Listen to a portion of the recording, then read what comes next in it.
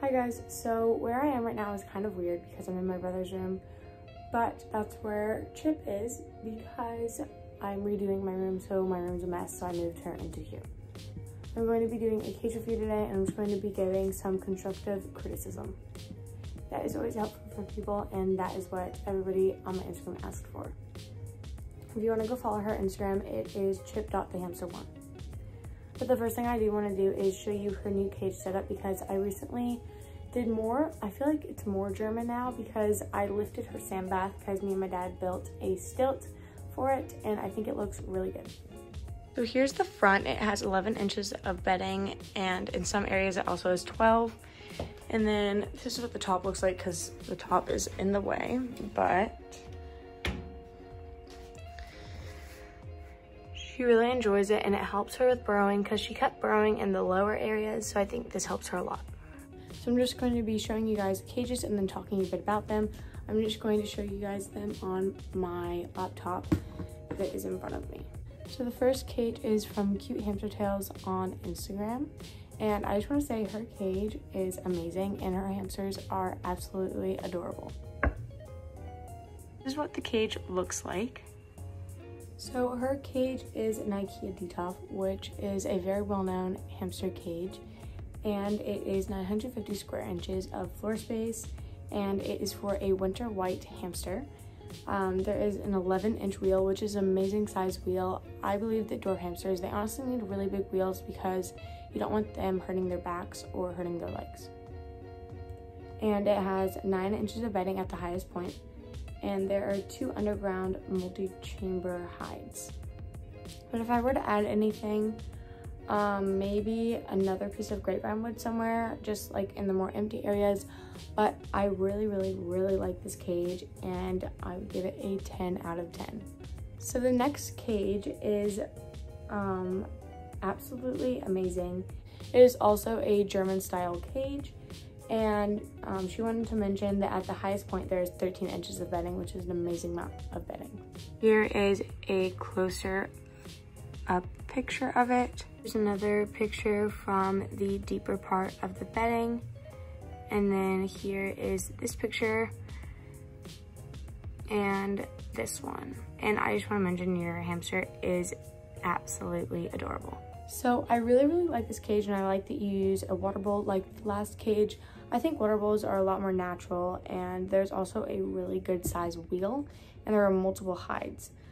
If I were to add anything to this cage, I would maybe add, I don't think that I see a lot of grapevine wood. I think I see like 2 pieces, but in the more open area next to the wheel, if you could find like a really small piece of grapevine wood, or maybe like a half cork. Cork is really good, and it's very natural, and it adds a lot of texture to the cage. But overall, I would say that this cage is amazing and did a really good job. So the next cage is also a proper size cage, and if I can find what size it is. Okay, so it's the Alaska hamster cage, which is 84 centimeters by 54 centimeters, and it is for a Syrian hamster Cookie. There's aspen bedding, tortoise terrain, and sand. And I just want to mention that having a lot of different textures for a hamster is really important, and you've added a lot of textures into your cage, which is awesome. So this is what the cage looks like. And then this is her hamster. Your hamster is absolutely adorable, and your cage is really awesome. If I were to add anything, I would probably just add a little bit more coverage to the cage. I noticed that the cage is really awesome. I find that there's just kind of like an open area, and you have that big bridge, but if you could maybe replace that with like maybe a bendy bridge that is a little bit smaller, you could add maybe a cork log, or you could add a cork flat or a piece of grapevine wood. That would be really awesome. But I really like your cage, and your wheel is an awesome size. So the next cage is from my friend from school, and she does not have a hamster anymore, but this is the cage that she had before, and now she knows that this cage is not acceptable for a cage, but she wanted me to show it as an example of kind of like what not to use. and she knows this isn't really feedback for her, but this is feedback for everybody else watching. Overall, this cage is not that great. It's not enough of anything. The wheel's too small, the cage is too small. But if you see this cage in the pet store, please do not buy it, because critter trails are not something that you want. But if you make a mistake, just know that you can learn from it and you can always make it better. So the next cage is from my friend's sister, and this is for a Syrian hamster, and it is a barred cage. I believe it's I think it's like the Preview 528. I'll leave the name on the screen if I'm wrong, but I believe it's the Preview 528, and it is, I believe, around 600 square inches. And this is for, oh wait, okay. So this has bedding pretty much filled up to the base, which is awesome because, like I said, hamsters need to be able to burrow. Is a top view. There is grapevine wood, a little hide, a big bridge, which is really good for climbing, and then she uses a water bottle, but I believe she uses a water bowl now. I might be wrong. And then she has, I believe, some Eco Earth right there. If I were to change anything, it would probably be the wheel.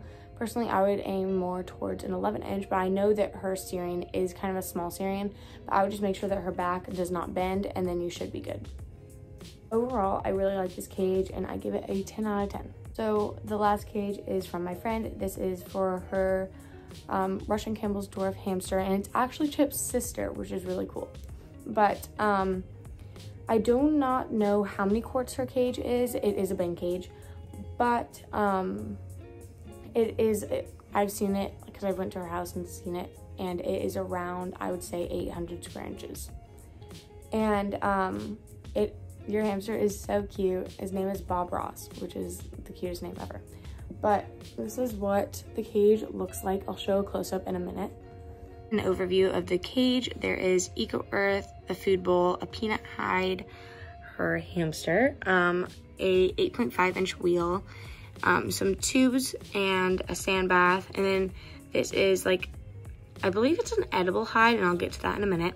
And then this is a kind of just hay hide, and she has a bunch of different textures everywhere. So I just want to say that I really, really like this cage, and she has about, I would say, 6 to 7 inches of bedding, and I would give this cage like a 9 out of 10 just because the hide is edible, and edible hides actually contain pine shavings, which are not good for hamsters or guinea pigs or rabbits or anything like that. They also have honey in them, which is not good for a dwarf hamster. So if you could maybe replace that, that would be great.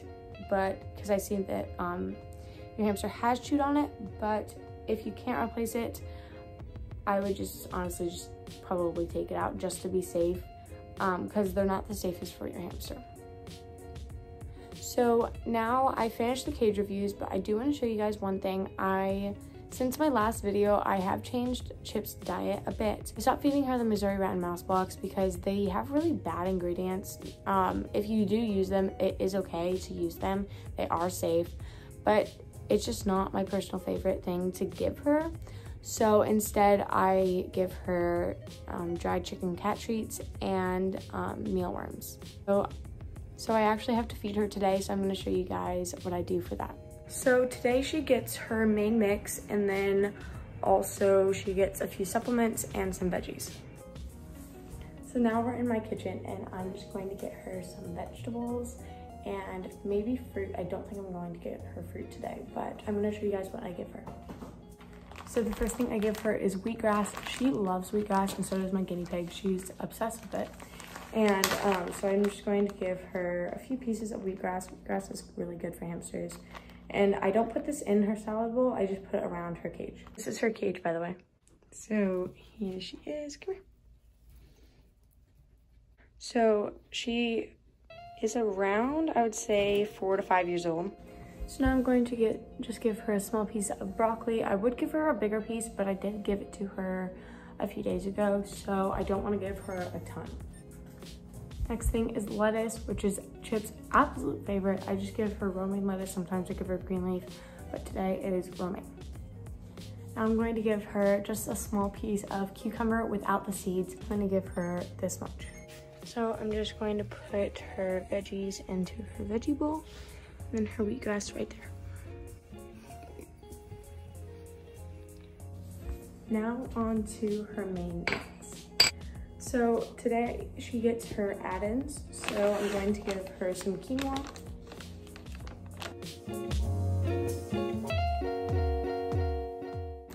chia seeds,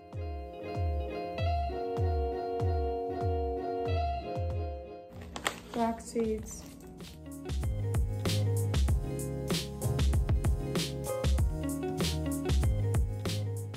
rolled oats,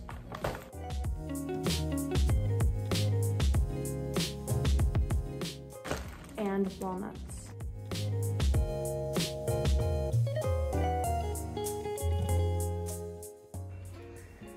So now I'm going to go get her main mix. So this is her food, and I just give her a teaspoon and a half.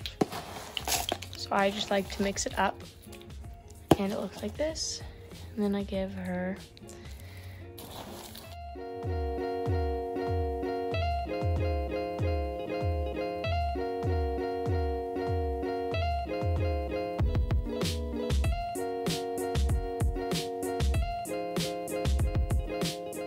so she is scatter fed, but I just like to put a bit in her bowl so she always knows that she has food. And I also have to refill her water bowl, as you can see, and clean it out because it is really low.